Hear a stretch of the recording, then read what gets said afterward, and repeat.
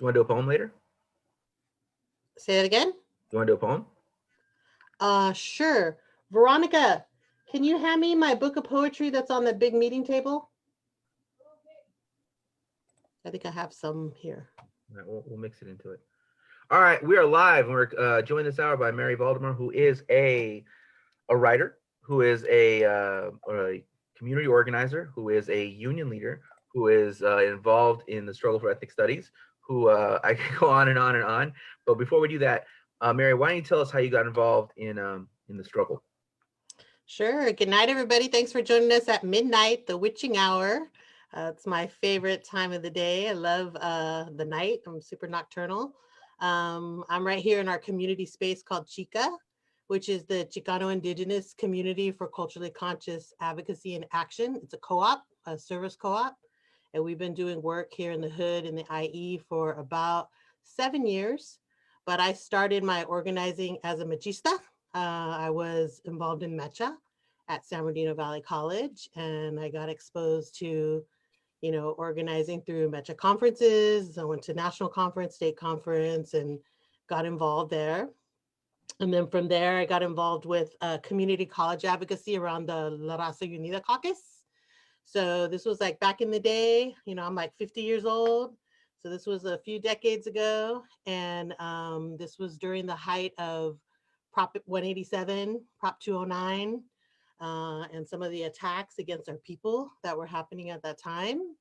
And so I started getting involved with a lot of those movements, resisting those movements, and trying to reconnect personally with my culture. So I'm like sixth generation Chicana Indígena.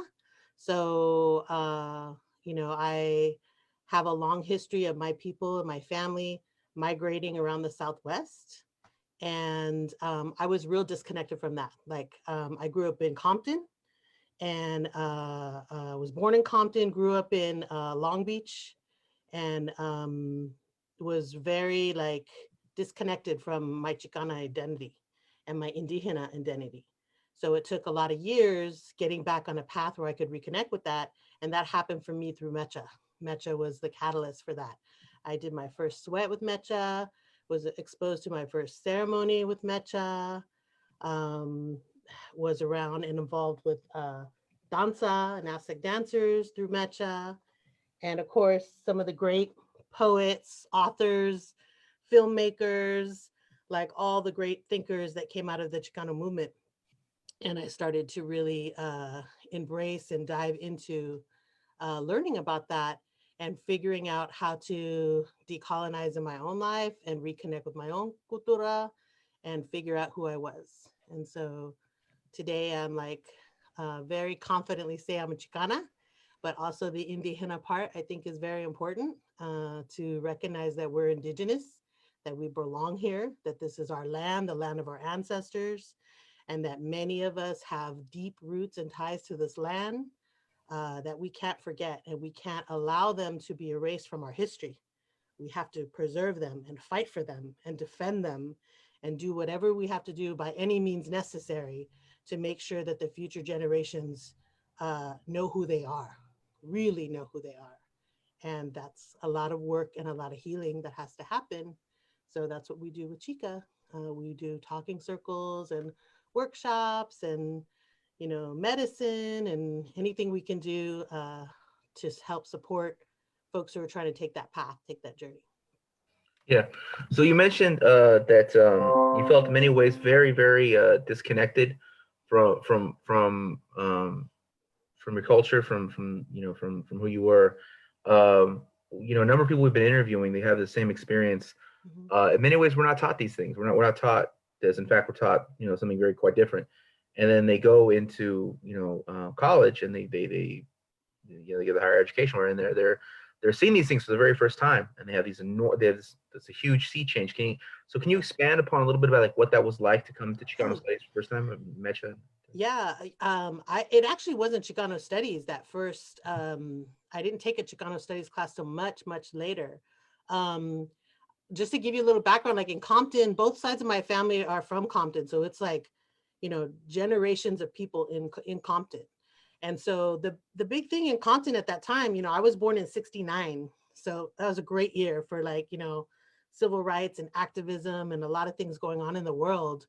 But in my community at that time, the big thing was like, get out of Compton, right? Like, it was that flight from Compton for a lot of people. So a lot of Chicanos in that time, their whole thing was to get out of the barrio, to get out of the hood, and to get to that, middle class suburb life that they saw as part of the American dream. And my family did that. My father was a police officer. He became a police officer. He was in the military for during the Vietnam War. And my mother, gave up her dreams of college life. She had a full ride to Mount St. Mary's for chemistry. She would have been one of a handful of Latina chemists, and she gave that up. She gave that up to have me and have my brother and have this family and this idyllic life that they thought was going to happen, and moved us out of Compton to North Long Beach and Lakewood. And they raised us there, the best schools. I was the first Chicana in an all white school. That was hell, like, and, they were trying to do what they thought was best for us and our families. But consequently, they didn't teach us Spanish. They disconnected us from all our practices. We were like puro Catholic, like all involved in the Catholic Church, youth group and Eucharistic ministers and all this shit. And one year I was named Catholic Youth of the Year for the Archdiocese of Los Angeles. And I went to this big thing at the Bonaventure, but it was all just bullshit, And when I started going to Mecha, I started learning about the mission system. I started learning about the genocide, about the Treaty of Guadalupe Delgado, the repatriation, like all the things that you don't learn about in the history books, especially if you're going to white schools. You don't learn that in the white schools. Let me tell you for sure, you don't learn that. And so I started to really see, like, on the weekends, I would go back to Compton because we would always have family gatherings and all that.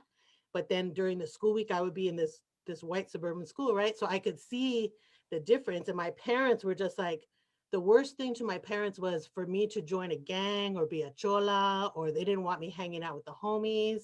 And the truth was, the homies were, spray painting on walls or smoking cigarettes or smoking weed.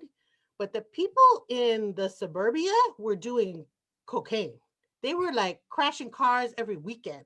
They were like, they were a hot mess, like they were just, they had no, there were so many people that just had no regard for, anybody. And it was Yeah, all about just climb the ladder, like just everybody for themselves, fend for themselves. There was no community, just you kind of know. fucking up with a bigger budget and less consequences. Yeah, way less consequences. Their parents would just buy them a new car, or hide it under the rug, or meet with the principal. Like, they had no consequences. Meanwhile, in the hood, I would see my homies getting caught up or arrested for nothing, for like nothing, and meanwhile these folks over here are just doing, whatever they want with no consequences. And I figured out real quick I did not want to be on that side. And there was something fundamentally wrong there, like ethically wrong. And even in the Catholic Church, I started to see, like, there were a lot of issues. I'm a survivor of child molestation, and I watched all that stuff go down in the church about child molestation. And, I'm a hardcore survivor advocate. So I was just like, oh, hell no, this is not, have nothing to do with the creator. Like, them hiding it. That was all the work of men and greed and power that, people who protect child molesters. And, so I figured it out pretty quick, like this was not for me. And I decided to go away to school, and my parents wanted me to stay really close at home because, Chicana culture, there's like this clannish, like everybody lived in the same 4 block neighborhood, like, nobody ever moved away, and so I chose Humboldt to go to school. And Humboldt was literally, my thought process behind that was, my dad said I had to apply for at least one school in California. So I applied for Hawaii, Arizona, and Humboldt. And Humboldt was the furthest school in California, 14 hours away from LA, right? Yeah. And so there was no way Pops could just roll up on me I 14 expect it. hours away with his, cop mentality and see what I was doing. There was no way. And so I went there, and I continued to go into a lot of organizing, but it was very different. You know, Humboldt is very white, also very connected to nature. So I started getting connected with a lot of, wildlife management, nature conservation, environmental justice, women's rights, like a bunch of training in those movements. And then eventually my parents got divorced, and I came home to help take care of my mother. My mother was really struggling. She went into really bad depression because that American dream that she believed so hard in fell apart. Yeah. And she had nothing, no education, no, nothing, like, and her kids were grown, and she went into a really deep depression. She had no identity, she had no connection to herself or her culture. She had sacrificed everything for a man. And in the end, you know, uh, she lost everything, literally, So I saw that, and I came back to help her. And that's kind of what that journey looked like for me. I feel like what a lot of people get stuck in is, this idea of leaving the hood. Like, the answer is not for us to leave the hood or the barrio. The answer for us is to fight for the barrio, right? So I would go back to Compton every year. It would drive my parents crazy. They're like, why the hell are you going back there when we fought so hard to get everybody out of there? Like, and I'm like, well, that's a problem. Like, that's a problem. You just leave, everybody leaves, and then whoever can't afford to leave stays there and is stuck, and that can't be the answer, because what's going to happen is we're going to run out of places to move to, like. And that's kind of the journey that brought me out here. I ended up getting married, got a divorce, and came out to the Inland Empire. I live in, right now I'm in San Bernardino, which is occupied Yahaviatom land, or Serrano, the San Manuel Band of Mission Indians. And I've been out in the IE here for 20 years, is where I raised my daughter. I have a biracial Black and Chicana daughter. She's Afro-Latina. And, I couldn't afford to live in Long Beach or LA. It was just completely outside of as a single mother, it was outside of my realm of possibility. But it was also a good thing, because I moved to a place called Colton, which is right near San Bernardino, and Colton reminds me of Compton. It looks and feels like Compton did back in the 60s, 70s, 80s.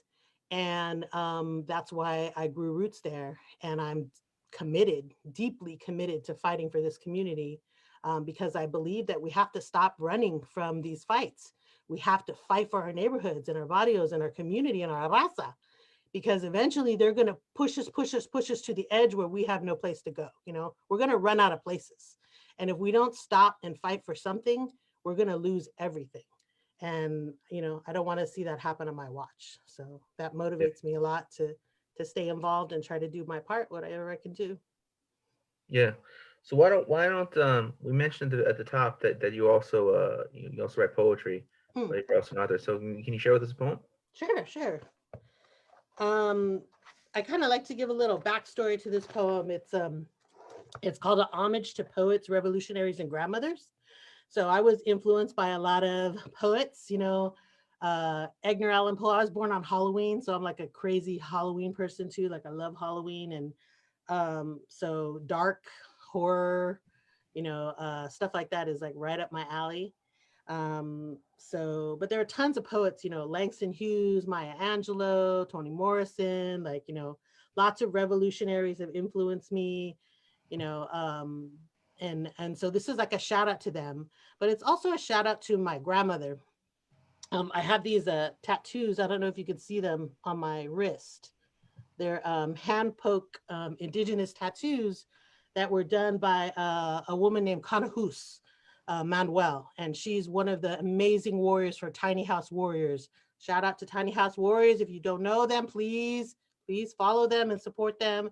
And they're doing land resistance work in Canada, so-called Canada, fighting against pipelines. And they do this by, they're badass women carpenters building little tiny houses on pipelines so that they can't do the pipeline. They Cool. literally put a house in the way Yeah. and stop them from building pipelines. And they also fight against the man camps, which is tied to the missing and murdered Indigenous women movement and all that. So this tattoo represents my family migration path, which is the straight line is Mother Earth. Mhm. The dotted dots are the migration path of my people, which for my people, I've been able to trace back to Chihuahua and Guanajuato area, which is Chichimeca on one side, and the other side, I'm still trying to figure it out. But it was basically like a route from California, Arizona, New Mexico, down into those regions, and then back up again. So like a circle that would go around that way. And then the stars are because I can go back 6 generations. So there's 6 stars representing the sixth generation. And there's lightning bolts. A lightning bolt for my mother, my grandmother, and my great grandmother. And this is significant because my great great grandmother was crossing the California desert, the Arizona desert into California. And she was pregnant with twins. And she was hit by lightning, and she had one twin was a male and one twin was female, and she lost the twin that was male, and the twin that was female survived, and her name was Rayo. And then my grandmother's name was Maria Rayo, and then I'm named after my grandmother Mary. So I sometimes say I'm the granddaughter of lightning. And so you're going to hear that in this poem, and that's what that refers to. But it's also part of my journey of connecting with my roots and understanding my ancestry and who I am. So here it is. Homage to poets, revolutionaries, and grandmothers. I am. I can hear it coming from the tip of your tongue. As I rise to the podium, I rise. As I grab the bullhorn by the horn. As I raise my hand to ask the question you don't want asked. As I shout out to injustice, nevermore, nevermore. Here it comes, whispers from the back of the room. How dare she? Brown gal like me, gotta hear this shit for her misery? Who does she think she is? Well, let me tell you who I am. Yo soy Maria, the granddaughter of lightning, the descendant of survivors, the blood of the people who worked this land for 6 generations, where the borders crossed us, where our language was lost, where we walked the streets into our own history and finally got off the damn sidewalk. I am bilingual, but not the romantic language of conquistadors. I speak fluent riot, the language of the unheard. I am the warrior. I am bound up with and flow from my people's struggle, grasping things at the root until we are Groot. I am the strength of all mujeres. I am the rocks on which we really build. I am the dominant force of protection, but I'm also the gentle love that binds. I am the Mother Mary, the blanket of warmth that wraps broken souls, the face that shows up when oppression calls, to intercede or maybe just break balls. I am the other you, the mirror that shines, from which you cannot hide, the truth teller in this den of lies. And no, your PhD does not impress me. Your BS is not to be framed on my wall. I have a degree of my own. A master's of art and revolution, a bachelor of science in these streets, an associate's in activism. I have graduated from my own school. I will not be silent about things that matter. I'm tired of giving up. You cannot uneducate me. You cannot humiliate my pride. You cannot make me afraid anymore. There is no turning back. I will win. We will win our revolution of mind and heart. So, who do I think I am? I will tell you. I am the creatress. I am the woman warrior. I am Chicana. Right. All right. Fantastic. That's beautiful. Um, yeah, so I want to transition into talk about a little bit about the work you're currently doing over there at Chica. Can you tell the audience a little bit about Chica, how it got started, how it formed, who was involved in all that? Yeah, so Chica started from the Occupy movement. A bunch of us were occupying with Occupy Riverside. I was literally going from work to Occupy, spending the night over there in an encampment in downtown Riverside, in the mall of downtown Riverside with a couple of other youth and students. And we would spend the night there, come right back, shower, change, go to work. And we did that for months. We occupied for months there. A part of that movement, we did something called Occupy Home Foreclosure, where we occupied the home of a gentleman named Art de los Santos and his family. Art was an immigrant, joined the military, did everything America told him to do, paid his mortgage on time, did all that shit. And at the end of the day, he was trying to refinance or do that, thing where they were trying to change their payments. And, they screwed him. The bank screwed him, and then they tried to take his home. So we were occupying his home. We had the shift where we would be there at like 11, 12 o'clock at night until like 4 or 5 in the morning, because we knew that the sheriffs and them were going to try to come in the middle of the night like rats and try to kick him out of his house when nobody was looking. Yeah. So we were the people that were there so that when they showed up, we could call the media, the community, and have 200 people there watching them, take this man out of his home for no goddamn reason other than greed.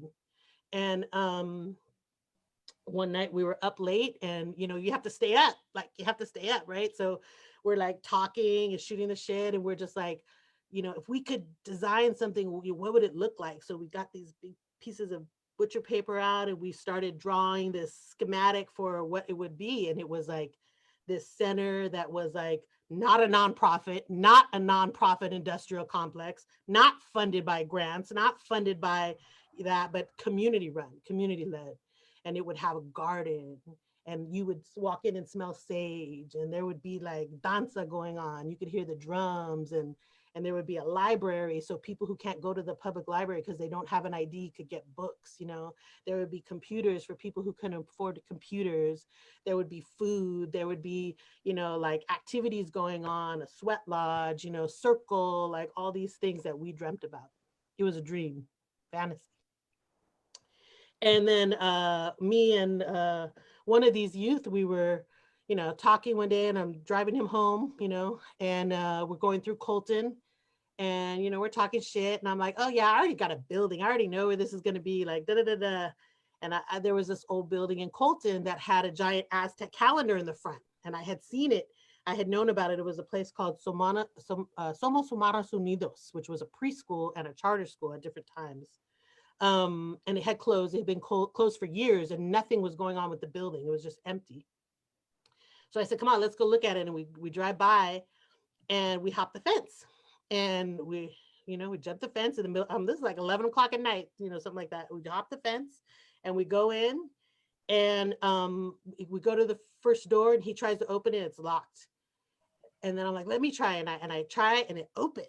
So we go in, and we're looking around, and there's like a cup just sitting there, like somebody was just there, like books and everything all over, like like we could tell it was a classroom at some point, but it was like people had just vanished and it just left everything the way it was. Like it was weird. It was like eerie and weird, but it was like also like, what the, like this is cool. So we go to the next room, and the next room, and we open up all these rooms, and we were just like high off the idea of it. We were already connecting that this was it, right?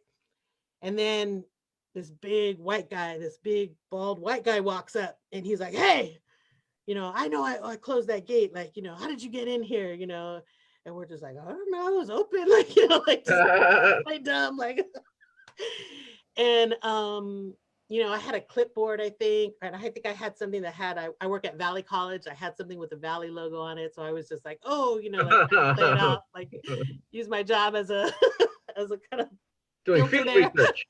Yeah. Field study. and he's just looking at us because we don't look like thieves or like, you know what I mean? He's just looking at us like this little kid and her doesn't make sense. So so I look at him, and I'm just like, let's just tell him. So we tell him the whole story about how we come up with Chica and how we're with Occupy. And he's fascinated, like just listening to us. And then he tells us, you're late. We've been waiting for you for 4 years. And we're like, what the fuck are you talking about? Like, and he's like, we've been waiting for you for 4 years. And then he starts telling us how this building is owned by the church next door, which was the Church of the Nazarene, but they were dying. Like their parishioners were shrinking and shrinking because they were a white church in a Chicano hood. And so they were like, the more Chicano the neighborhood became, the less people they had, for their church. And so they didn't know what to do with this building. This building was getting broken into all the time, and they didn't know what to do with it, And so he told us about the owner, and the owner was a superintendent for the Church of the Nazarene. His name was Denny. And we went and met him at a Starbucks, and we gave him our whole story, and we found out he was an ex-cop. Oh wow. Like, oh man, he's never gonna like feel us, like he's gonna shut us down on step one. The homie who was with me, he was a brown beret, and us being with Occupy, we just had all these preconceived notions about what he would do. But he proved us wrong. He heard about what we wanted to do, and he gave us the keys on the spot, like on the spot. And he said, do what you got to do in the building, fix it up, do whatever you got to do. And he's like, later on, we'll talk about like, rent or whatever. So we were there 2 years rent free. If he had been charging us rent, it would have been about $19,000 worth of rent we would have paid. But we paid nothing the time that we were there. And that started Chica. That's how we started. And we occupied that building. That was the seed that occupied that building. We did that work for 2 years. And then, we had a rough time. We ended up losing that building because eventually he left the church. He was not in charge of that property anymore. The ownership changed to a church board, and the church board was old and white and didn't understand decolonizing or anything we were doing. There was an infiltrator involved who had told them that the medicine was witchcraft, and so they really demonized that and used that as a reason to force us out of the building. We ended up fighting and winning that battle, but we decided to leave the building anyways because we knew that a building that was owned by a church was always going to be problematic for us as we Yeah. got more and more into decolonizing. So we made the choice to leave on friendly terms, and we got the infiltrators out, and we decided to be without a building for several years. And so that was also a test. We were like, can we still do this work without a building? Will the How did you community? find out who they were? Um, it became obvious. We caught them in lies. It was someone who we had let in the building to feed the community. Mm. And she was running a nonprofit, and she wanted the whole building for herself. So she started lying to the owners, telling them like, I don't think their stuff, their ceremony is of God. And she was talking about women's circle. We had a women's circle where we were doing like moon ceremonies and burning sage and whatever. And And she was. all the while, Mhm. Yeah, yeah. So we nice. ended up removing her. Like she was not allowed to stay even with their church program after that. But and I believe that she suffered a lot of karma after that because of that. But it also caused a lot of internal conflict for us. We had a lot of people leave our core team, and it weeded out a lot of people who were not really down with the movement the way they said they were. So it was good in some ways. And then we had the test for the community, like, hey, are you really going to support this work is Chica a building or is Chica a community? What is it? Yeah. And so we gave them that test, and they did it. The youth organized for 2 years without a building. And then that brings us to where we're at today in San Bernardino. We found another building that was vacant. It used to be occupied by the housing authority. They abandoned it, left all the furniture, and that's where I sit today. Behind me is a mural from a tree that was at the old building called the G tree. That's a really cool story. But it's part of a symbol that connects us to our old Colton building, which is just a reminder that always there's one root there, and you just got to find that one root and nurture it and feed it and protect it and guide it, and the tree will rebloom. And we had that experience with the tree in the old building. And so we're trying to do that now in the downtown San Bernardino, which is possibly the most impoverished and needy city. I'm going to say definitely in the state, probably maybe in the nation. It's considered the new Detroit in terms of economy, corruption, no jobs, homelessness. Like it's like the worst mix of air pollution and bad developers. Amazon has decided to make this their new home. Like it's every villain that you could possibly think of is a player, a key player here in San Bernardino. And so we have a long fight ahead of us, and we need a strong and culturally competent community that knows who they are in order to fight that fight, because it ain't going to happen without us being in true solidarity, not just lip service solidarity. Yeah. Yeah. So can you tell us a little bit? You mentioned San Bernardino a few times. Can you mention tell us a little bit about your work at San Bernardino Valley College and helping, and promoting a lot of these ideas among the student body there. Yeah. So, I'm super involved with the Mecha at Valley College. We have a great Mecha chapter out there. Woo woo. And our Mechistas, majority of our core team with Chica are Mecha alumni, Mm, folks, Mechistas who came out of our Mecha at Valley College. I've been at Valley College 20 years. I currently work in the library, but I started in child development, and I also used to run the scholarship office, the scholarship program. So I have a lot of experience helping students that are really, needy and really, when I say needy, I don't just mean poverty. I mean in need of guidance, in need of connection, in need of community. And those are common things that we see it across a lot of our student body. And so the work has been really good. Valley has been very supportive of me, bringing this work to certain forums. Like I sit on the Arts Lectures and Diversity Committee, where one time, you came and spoke with us using art lecture funds, and that was beautiful. But we have the capacity to bring folks like y'all, who normally might not get a platform, out of college, and so we want to try to do that, like lift people stories, voices, talent, because our students need to see brown and black faces that are, not just successful in that they have a suit and they're, rich or whatever, but successful in the terms that they're following their passion, that they're doing what they love, and that they're finding a way to make that a reality for them where they can be autonomous and not just be managing some corporation. Too many of our educators are selling our students on the idea that a degree is going to give them success in terms of like climbing that social ladder, that hierarchy of like the prestige of having a doctor in front of your name, or being a lawyer, or, and there's nothing wrong with those jobs, but if that's all you're about, there is something wrong with that. Like, like that we need folks who are educated at all levels of life, like at all walks of life. Like everyone's talking right now about essential workers.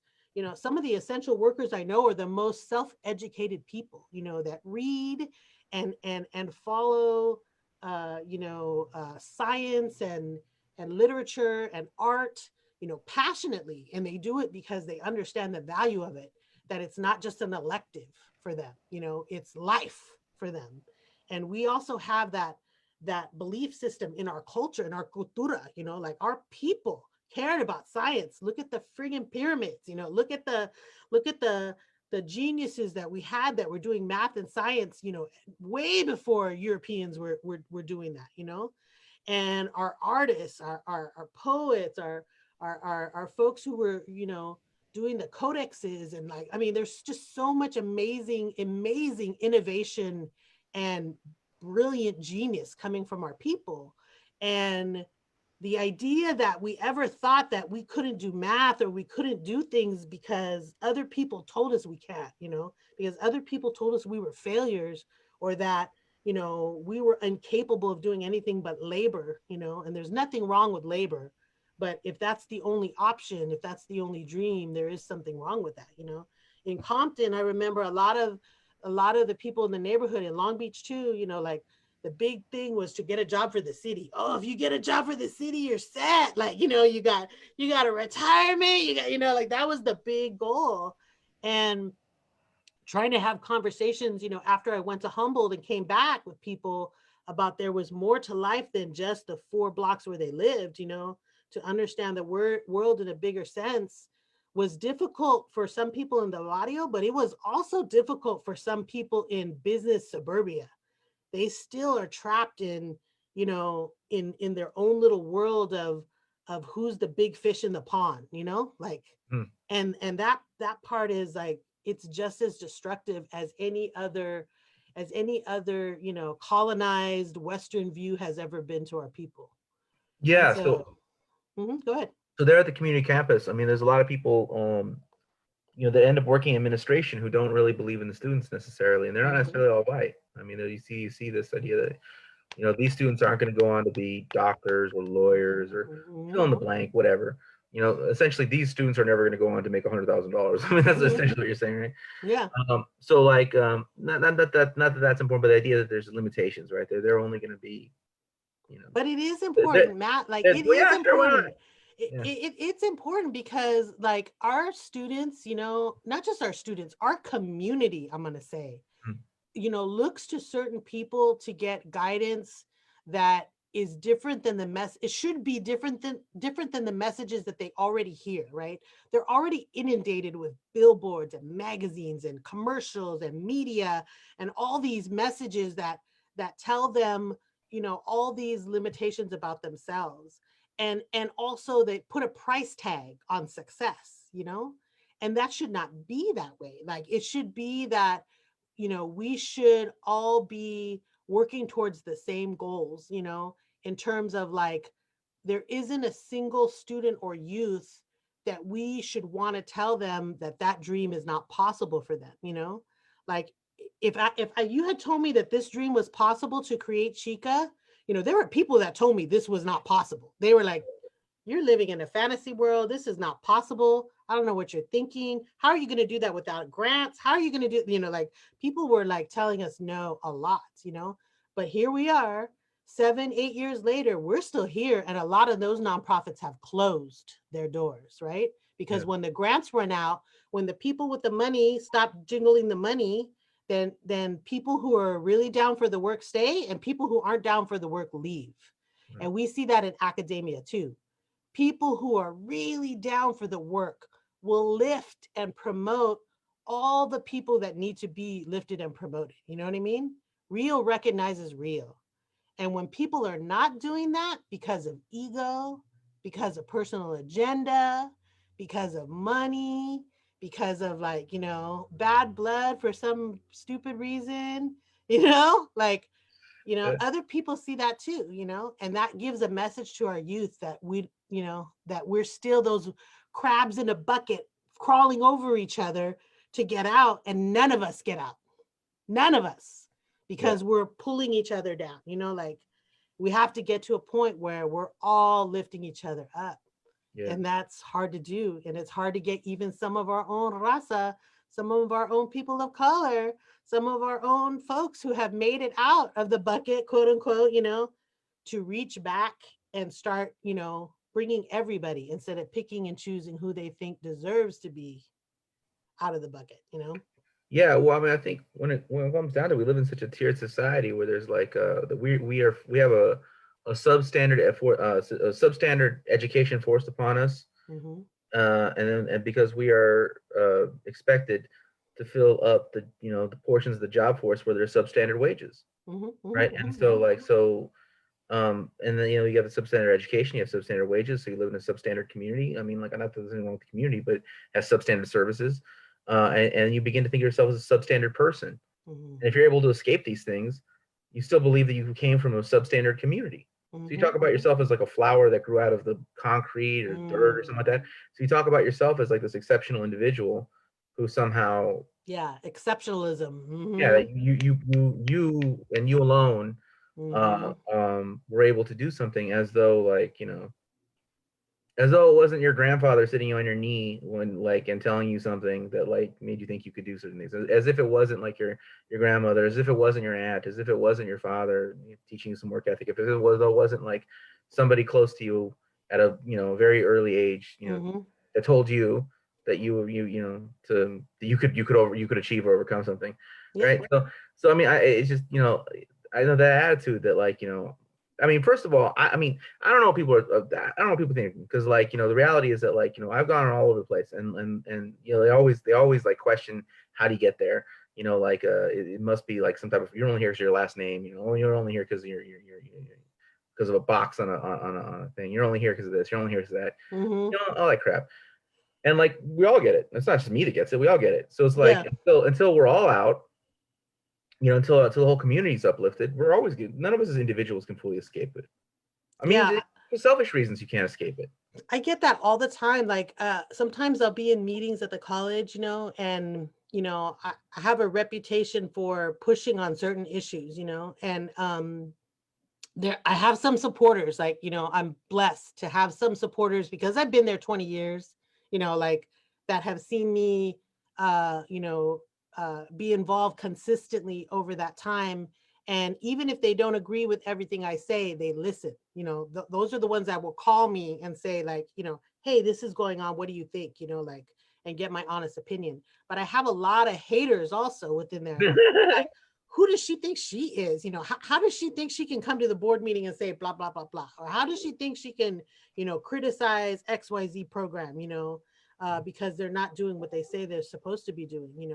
But the reality is, like, we need more of our people to do that. We need to step up and be, constructively critical with our folks about what's not happening for our students, because our students are depending on us to do that. Like, at the end of the day, I cannot be my goal cannot be to make myself the successful one. My goal has to be like the 20 or 30 or 40 or 100 students behind me that are going to fill those roles in the next generation. It's that whole thing about the 7 generations before us and the 7 generations to come. Like, understanding that with every word, with every action, with every choice that you make, it has to be about those 7 generations, or you're failing. You're failing your people, you're failing your community. And so many people do not understand that. Like, they just don't understand that, and they'll allow complacency, comfortability, like you said, exceptionalism, or I did it because I'm exceptional, like, you can be the star basketball player, you can be the rapper, you can be the, like, and this whole idea that there's these exceptions to the rules. No, we are the rules. Like, we are the people that innovated, so much of what we benefit from today. Like, the wilderness wasn't wild, it was permaculture, and indigenous people were doing that shit, like, correctly, which is why it was imbalanced when we got colonized and people came over and said, oh, look at this great stuff. No, it wasn't by accident that it was that way. We made it that way. Our ancestors made it that way. Like, so we need to continue to do that and live up to that legacy, and that means not leaving anyone behind. No one. Yeah. you know Yeah. Yeah, I mean, like, you think about it like this, the exceptionalism as an individual, and that's one thing. Like, I grew up on this, blah, blah, blah, and I did this. Okay, that's one thing. Then it'd be like, okay, the stand and deliver, right? Which, like, like, I could teach you all you that you are just as smart as anyone, you are just as good as anyone, right? Well, that's an improvement from that. But we need to get to that next part. It was like, no, no, no, no. We are not only are we just as good as anyone, not only because you an individual be able to do it, not only can all of you here in this room be able to do it, but there's a reason why you think you can't. There's a reason why there's a reason why you think you can't, and that is the stuff we have to challenge, and that's the stuff we have to fight collectively. I mean, we have to fight this thing. I totally agree. I totally agree. I totally agree.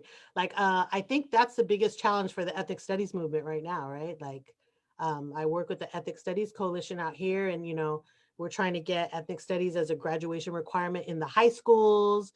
We have ethnic studies in the colleges, but it's not a graduation requirement. It's an elective, so people don't have to take it. And to this day right now, we have teachers that are literally, graduating having never taken an ethnic studies course. So how is that possible in this day and age that we still have educators who have zero cultural competency around the students that they're supposedly teaching?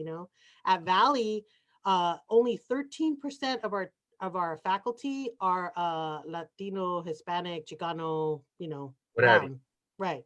Yeah. Like, in a school where we're a Hispanic serving institution, our population is like 80-90% like raza. How do we only have 13% faculty? And what's the what?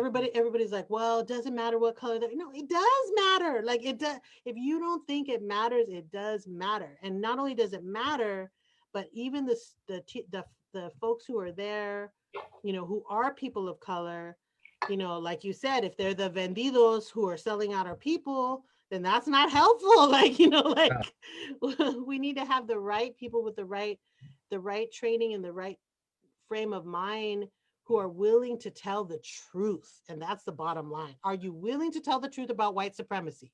Can Yeah. you even speak the words white supremacy in your classroom?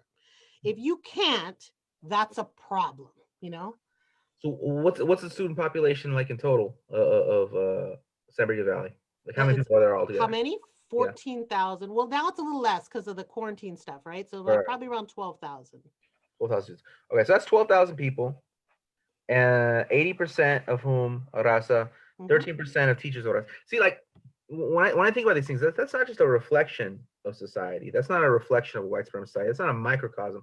That is a direct expression. That is a direct attack. That is a direct. That is those It's an numbers. insult. Those it's not just an insult. Those numbers are a white supremacist attack. Yes. Like those numbers are an Yes. extension of the society we live in. It's just the fact of the matter is that it is an extension of that abuse. It's like I don't know. I mean, like a lot of people talk about like in the college system, especially they adopt this language because they want to seem like they're on board with like the highest ideals in the land or something like that. Mm-hmm. So they adopt this language like culture of care or this, that, the other.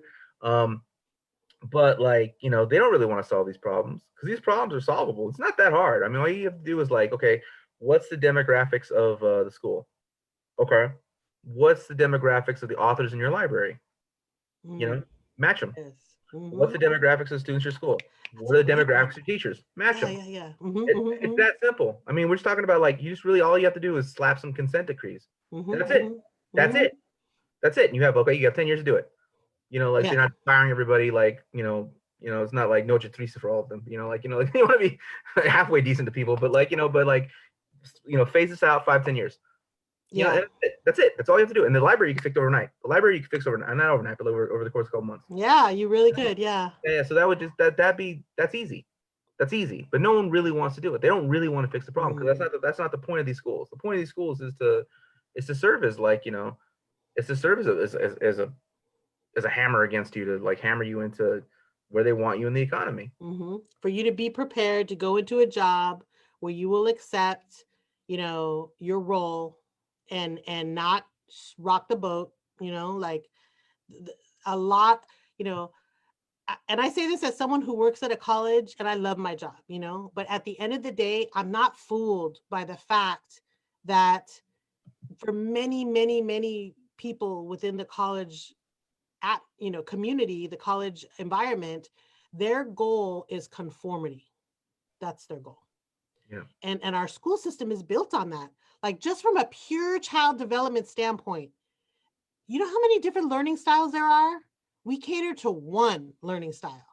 The child that can sit there still and read and listen and not speak and not move and not like, we have one learning style that our school system caters to. And the others, majority of children that don't fit that learning style, oh well, you better learn to fit it because if not, you're going to be left behind. Yeah. And it's already like the science is there to back that up. We know what we have to do. We just do not do it. And that's because the goal is not, for a lot of people, the goal is not really education. The goal is not really critical thinking. The goal is conformity. And we have to start seeing that. And that's why we created Chica, because as much as we love Mecha, Mecha was not enough. And you know how I know that? That Mecha National Conference where they voted to change the freaking name. All right. Well, we can talk about that. Let's talk about that. What was your response when that happened? Well, the response was I was angry. I also understand.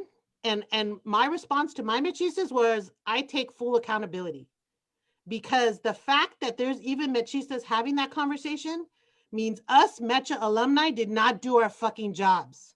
Because the whole thing with Mecha was you were supposed to move from Mecha to another community space. But that's not what happens. The truth is, most Mechistas move to a career and they never looked back. There is a very few number of Mecha alumni who actually came back to the community and teach workshops, go to Mecha meetings. I want to know, I would like to take a poll of all the Mecha alumni that there are in the nation and see how many of them have been to a Mecha meeting in the last 5 years. I know it's not very many.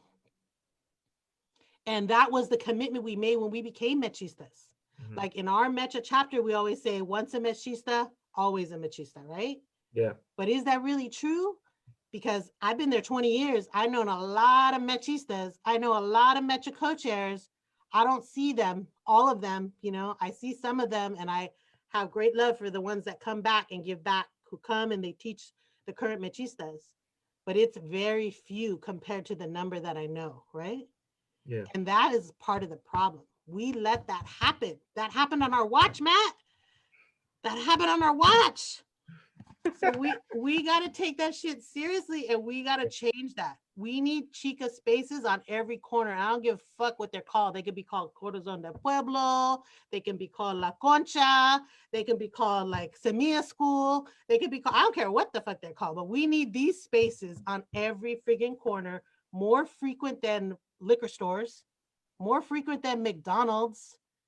When we do that, when we accomplish that, when we start occupying buildings all over our hoods, then we would be doing our jobs as machistas. Yeah, yeah. But I mean, like, I don't know. As you mentioned national conference, I mean, like, just some of the dynamics of it, though. It seems like the national conference itself is kind of a poll tax. I mean, Oh, you yeah. can only go if you paid your Oh, yeah. pay your dues. You can only go if you can afford to go. Oh, yeah, Well, yeah, yeah, it's yeah. dominated by these 4-year universities. When most of them are The just like, voices of the real machistas were not represented in that right. conversation. Yeah, no. I mean, like, you know, like, because I mean, I've spoken at these places, but I've also spoken at the community colleges, and I spoke at, you know, I spoke at the Anza, wasn't like that there. I spoke in the same time period. I spoke at the Anza, Mission College, a few places, and it was that kind of stuff that came out of the national conference is not present at the community college level, and it's It certainly not. definitely is not at the community college level. No. No. So like, you Is know, it's the elite of the academia, right? It's the elite of the Raza academia. yeah, And but you know, like I agree, and I think we need to change that. But I also know the solution is we cannot leave Mecha in the academia. yeah, yeah. Mecha it was never designed to be just academia. It was supposed to be the connection between academia and the community. You know, it was supposed to be bringing those students to the community. Hmm. And where that community part is missing, that's where they're lost. I Right, right. don't blame them.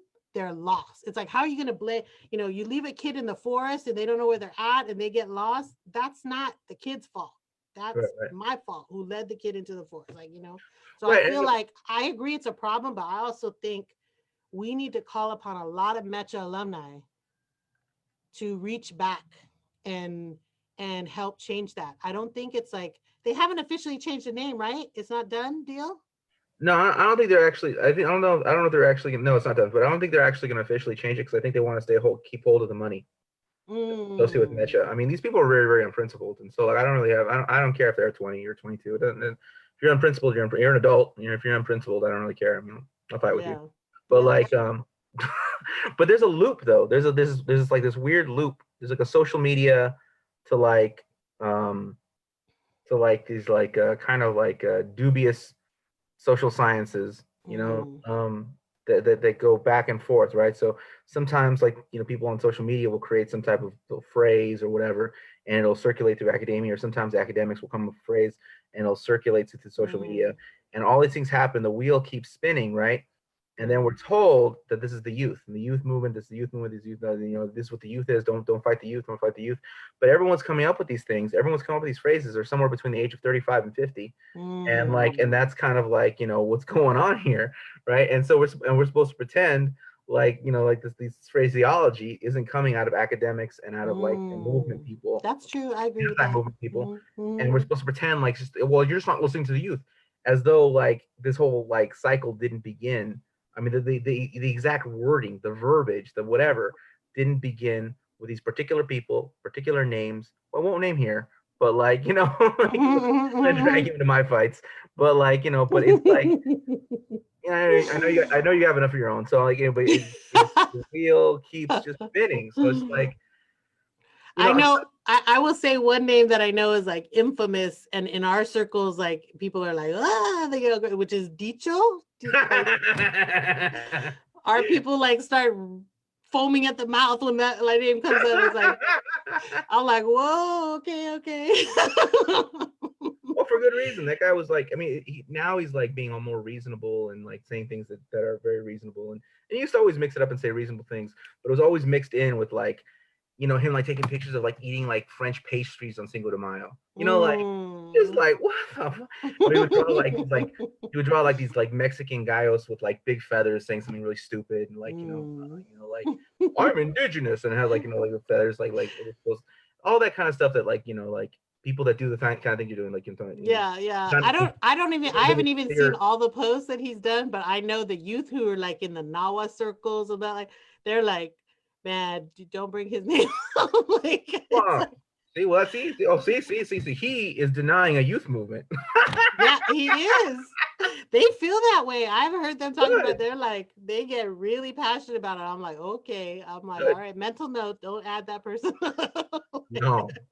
No. No. I mean, he's attacked like open mics. He's attacked like, I mean, he's attacked so many different people. He's made a whole thing about just attacking people, Yeah. attack. And the And see, minute that's someone, unfortunate because it's like, I'm a big believer in, like, we do not have to all agree, like I believe that there's healthy confrontation, like there is such thing as healthy conflict, like we do not have to all agree, but if you're attacking people and like, it's so counterproductive, like, and the truth be told, the Black Panther movement, the Brown Beret movement, like all these movements that we had, even the Chicano moratorium, right? It's always us infighting that undoes us. You know what I mean? It's always us infighting. It's never, it starts with the police and the FBI and COINTELPRO and all that stuff. But at the end of the day, it's us.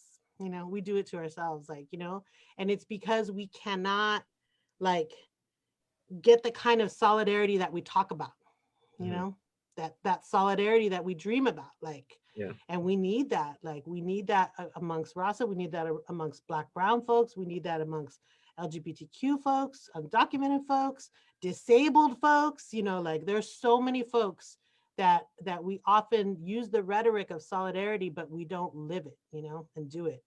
And that's a process we have to teach each other how to do that. We I'm got still learning and I'm 50 years old, like. we got two questions from the audience. One question is, when you say San Bernardino, are you talking about county or city? Both. Chica works across the Inland Empire, but we like to call it the Inland Occupied Territory of the Yahaviatam land. We don't like the word empire. It has a real nasty history. If you don't know, the term Inland Empire has real white supremacist racist history.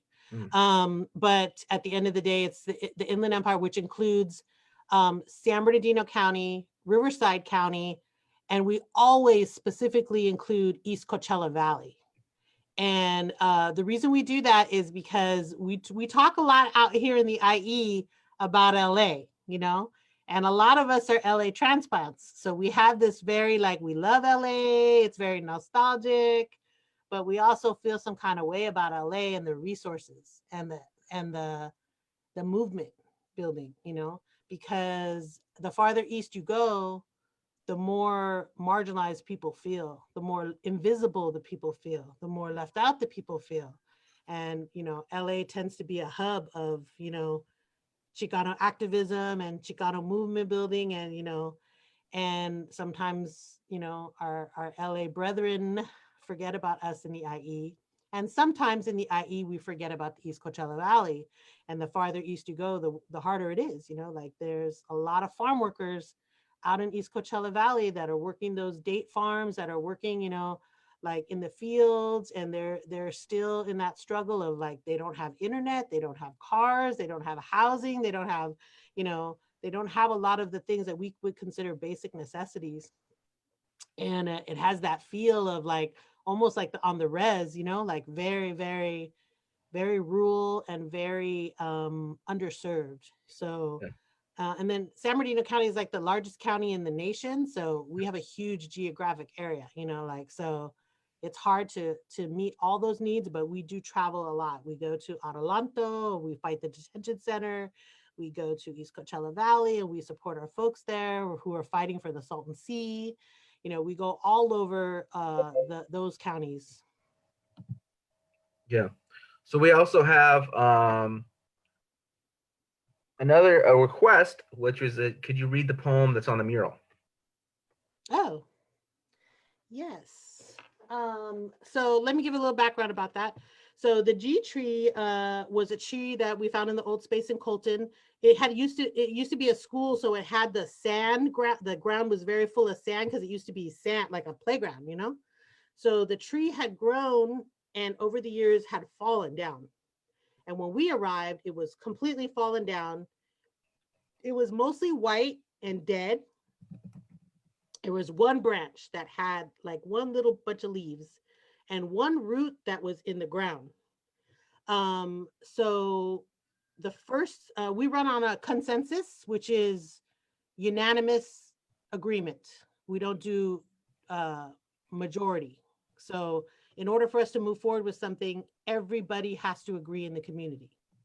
And Yeah. so it's a test, right? It's those of you who know consensus know it's a struggle, right? Like, how do we get Yeah. unanimous agreement? It requires time and patience and true democracy, and it's hard, right? So the women wanted to lift the tree and replant it. The men wanted to chop the tree up into a bench and make it a bench that we would sit there in the garden and it would be like a memorial bench. So our first test of consensus for our community was 6 months long. It took 6 months for us to reach agreement about what to do with this tree. And we, uh, you know, the women one by one, we lobbied each man one by one until we had one person on our core team who was holding out to, and this person was a landscaper, so he was really familiar with plants, and he said that tree's dead, like you're wasting our time, like what like this is a waste of our people power and our time, and we can't afford that, like we're struggling, we're not a nonprofit, and so it was like immediately a no.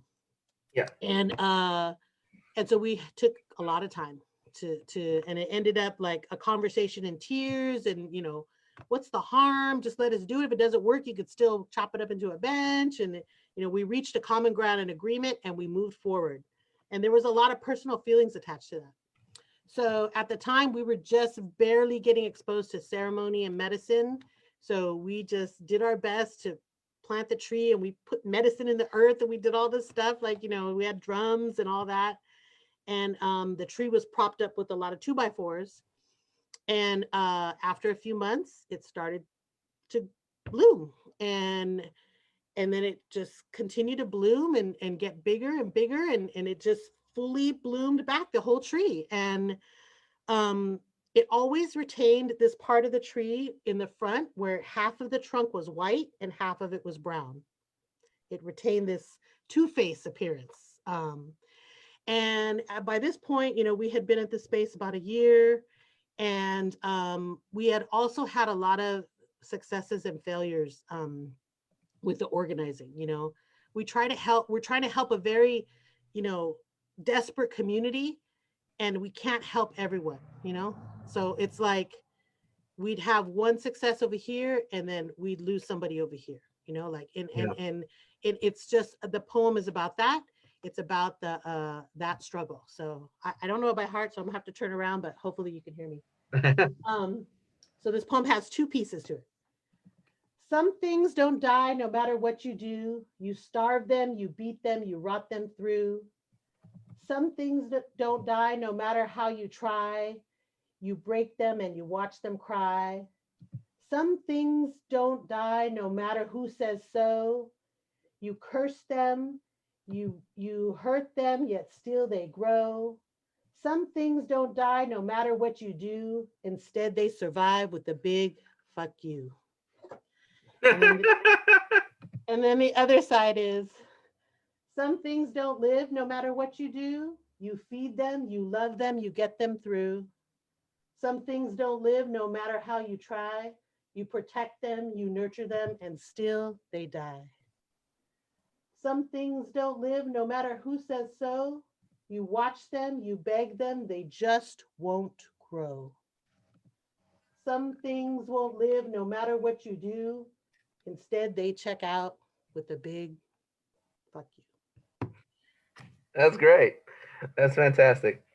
Um, I noticed you made the flyer for this thing, for the Chica group. Can you tell us a little bit about that event that flyer comes from? Yes, that was like my favorite event of the year. We had you as our guest, and we were super honored to have you as our guest at Valley College. And we had a poetry reading in B100, which is one of our big buildings on campus, and we filled the room. It was a nice full room.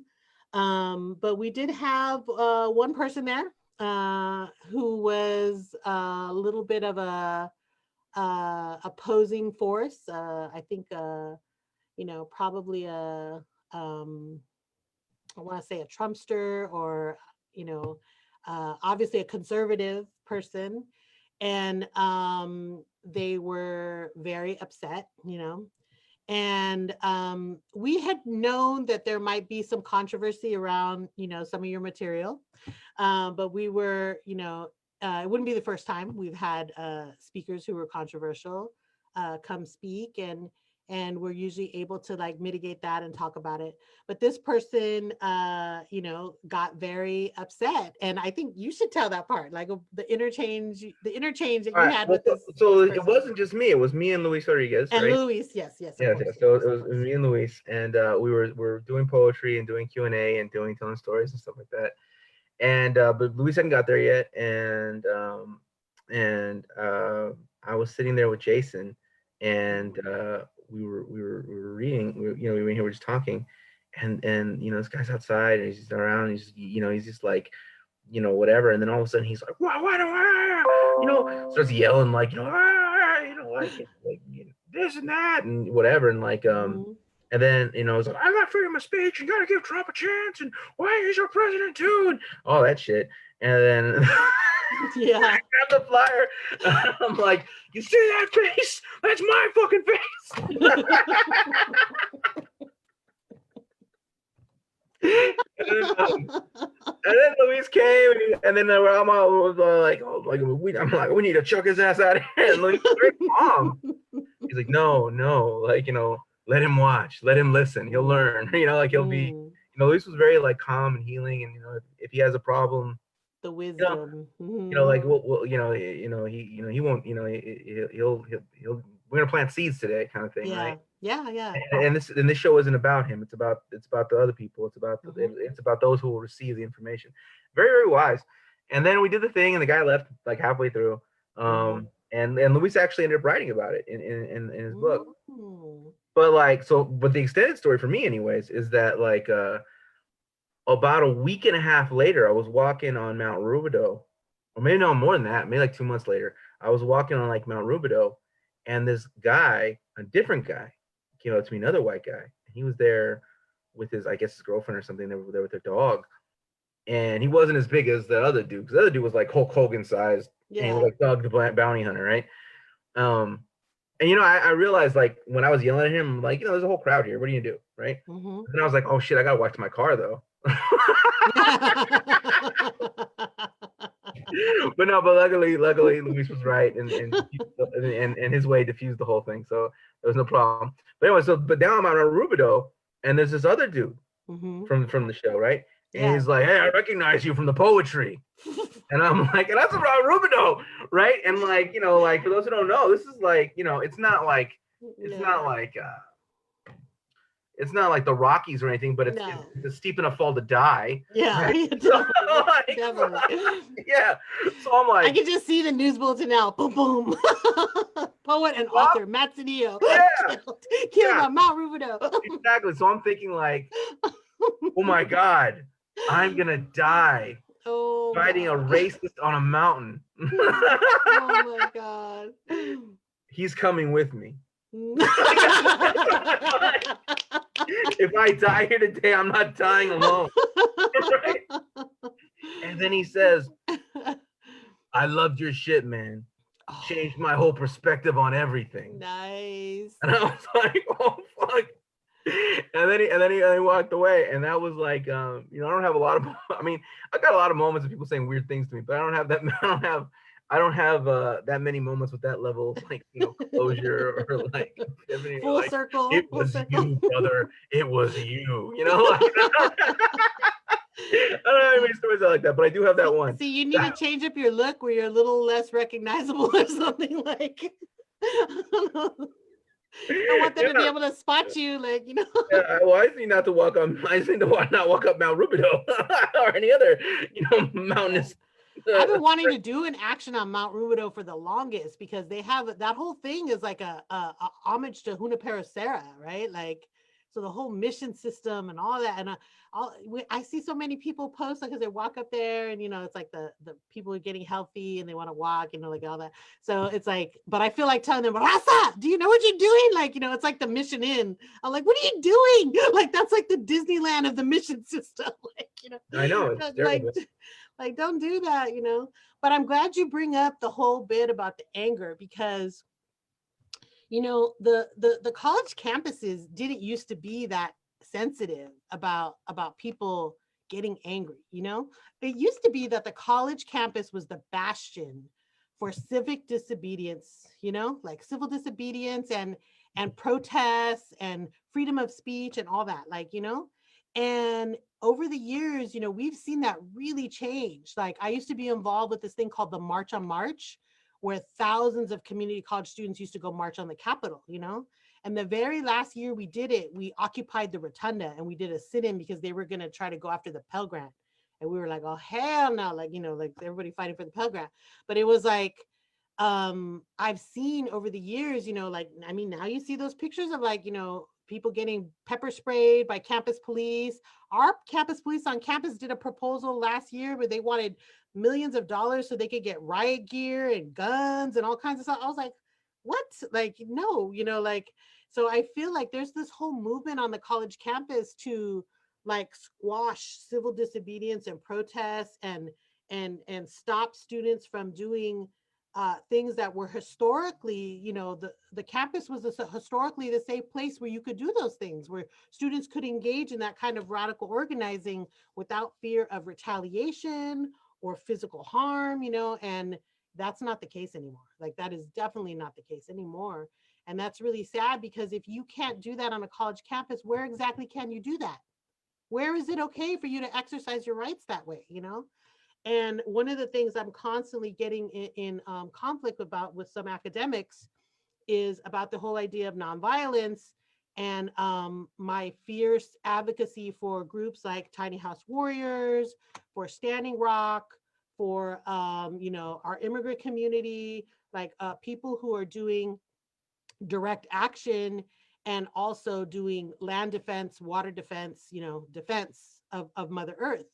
And so the message that I always like to talk about with folks is like, you need to be okay with your righteous anger. It is okay for you to be angry.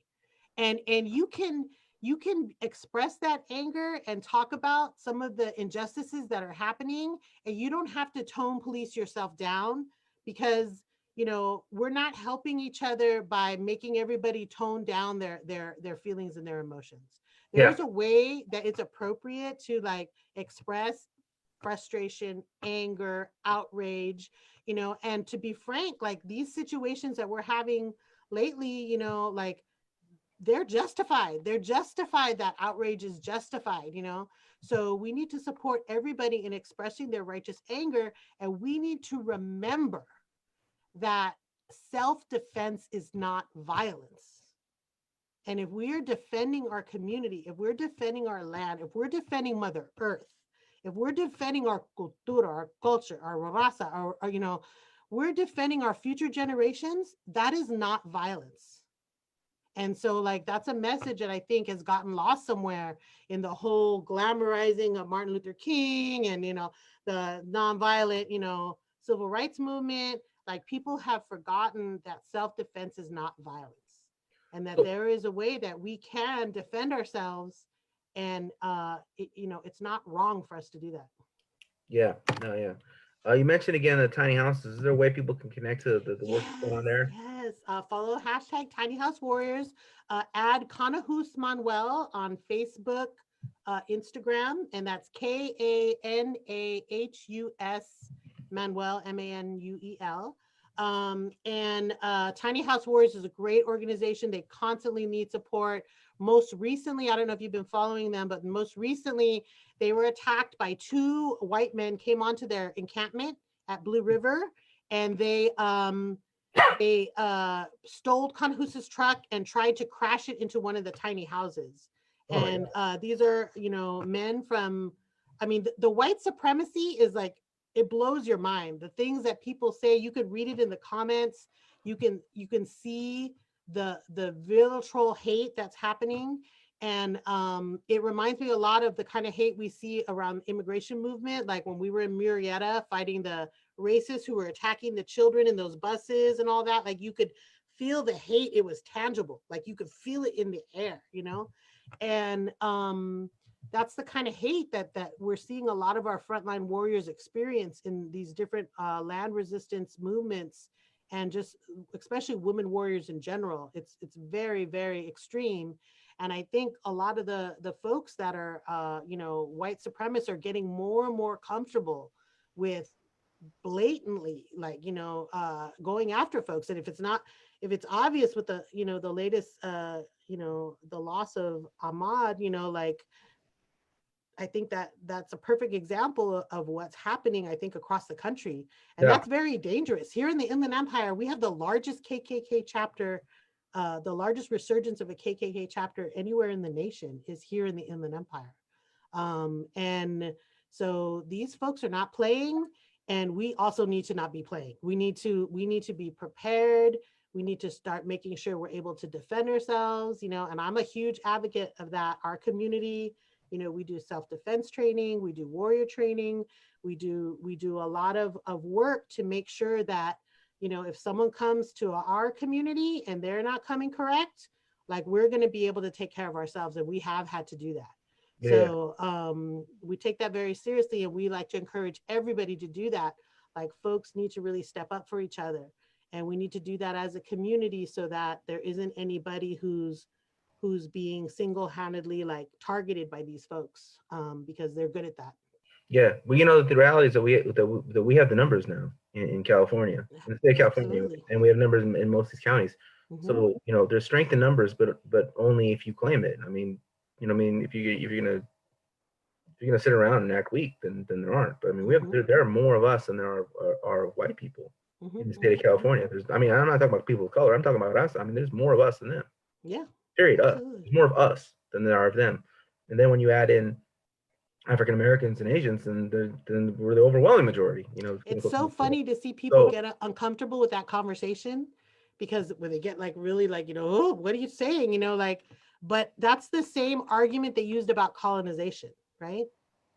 Their whole argument about colonization was, once people started coming over and they were outnumbering the natives because they had killed thousands of natives, like, that it was just a simple, it's not personal, it's just a simple matter of there was more of us than there were of you, like the numbers justify it. But all of a sudden now, the tables are turning, like you said.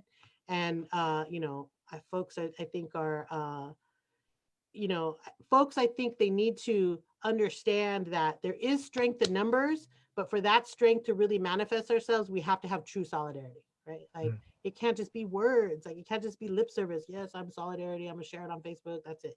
No, it has to be more real than that. So a good example of that is one of the things we're going to be working on with Chica is we periodically do a rebel road trip, which is something we've done for KXL, for Standing Rock, for a lot of the national movements for land defense. And we're getting ready to do that for our folks in Arizona and New Mexico that are on the res in Navajo territory. So we're going to be doing a supply drive. We've heard about some communities where they don't have basic facilities, like hospital facilities. So we are seeking donations of protective equipment, masks, sanitizers, gloves, food, canned food. But we're going there specifically to take several large tents that were donated to us, like medic tents and cots. We're going to be purchasing cots so that they can be able to have, like, one of those outdoor medic triage stations, because that seems to be an issue that the folks on the res, or the folks, especially in the far rural parts of the res, don't have access to the hospital. And the hospitals are also, I don't know what this is looking like in LA, but in the IE, the hospitals are not taking like the homeless, like they're not taking people who they should be taking in. And we're seeing this. We've been doing frontline support for homeless folks here in San Bernardino, and giving them, protection supplies, and, food and all that. And as we're talking to them, they're trying to go to the hospital and they're being turned away. So they're not being tested. They're not being helped with medical assistance. And we have a very corrupt mayor here and city council. So we know what that looks like. And we're hearing a similar thing happening over there in Arizona and New Mexico, where a lot of our native folks are, the numbers are crazy. Like they're crazy, the numbers and how fast it's spreading. And so we're going to be doing a supply drive. So if you're interested in supporting that, folks can email us at chica@gmail.com, which is CHICCCAA. So it's 3 C's and 2 A's, chica@gmail.com. And we'll plug you in with the team that's going to be doing that. I think we're going to try to go over in the next 2 weeks. We already have collected a lot of supplies here, and we're waiting for delivery of the medic tents. And then we're going to go out and purchase some cots. So folks who are interested, we're going to be taking, I think, 2 or 3 vanfuls of people. We're going to be leaving from here. We're going to go to Vegas and pick up more supplies from people who are gathering donations in Vegas. And then we'll be heading over to Arizona and New Mexico. So if you're down to help support that, we could sure use the love and support on that trip. Yeah. Okay, cool. We'll drop all the links below, and that's that's about it. I mean, is there any final words you want to offer the audience to Just, I really appreciate what you're doing with these interviews, Matt. Like, it's a really good idea. And I know we had talked about it before, like, when you were first thinking about it. And I really think it's a great idea, like how you're giving a platform for local folks. I've been following a lot of the interviews and adding people that I'm like, oh, I love what they said. And I add them, Good, good. and so it's like helping us find and that's how solidarity works, right? Like we find like-minded people who are saying the same things that we're saying. And we're so siloed sometimes, like LA is so siloed, and the IE is so siloed, and Orange County is so siloed. Like all our communities are really siloed, and we need to find better ways of breaking down those silos so that we can all work together towards the same movement. And we don't have to reinvent the wheel. Like the wheel's already been invented. Like, let's just figure out how we can duplicate it. I know for Chica, we are down to help anybody who wants to occupy space or occupy land or do water protection or land protection. Like, we will show up. We've done it before. We will do it again, because we think we need more people doing this work. And we need more people who are of the mind frame of like, they understand what has happened to our people and to the native people of these lands, and that reparations need to be made. And that means land back. And we need to figure out what ways we can do that within the system and what ways we can do that outside of the system. Chica's a perfect example of that. You don't have to wait to get somebody's permission or till you can pay rent to occupy a building. In San Bernardino, we have unoccupied buildings on every single block. It looks like a ghost town around here. And so we need to occupy these buildings and do the services that the community needs. If we can do it, you can do it. So we know that you can identify those spaces around your hood. And then there's a lot of state legislation that supports that. There's a piece of legislation that allows you to, if you have a vacant lot in your community, you can turn that to a community garden or urban farm. And you can do it tax-free, so there's ways that we can help support people by getting them that information.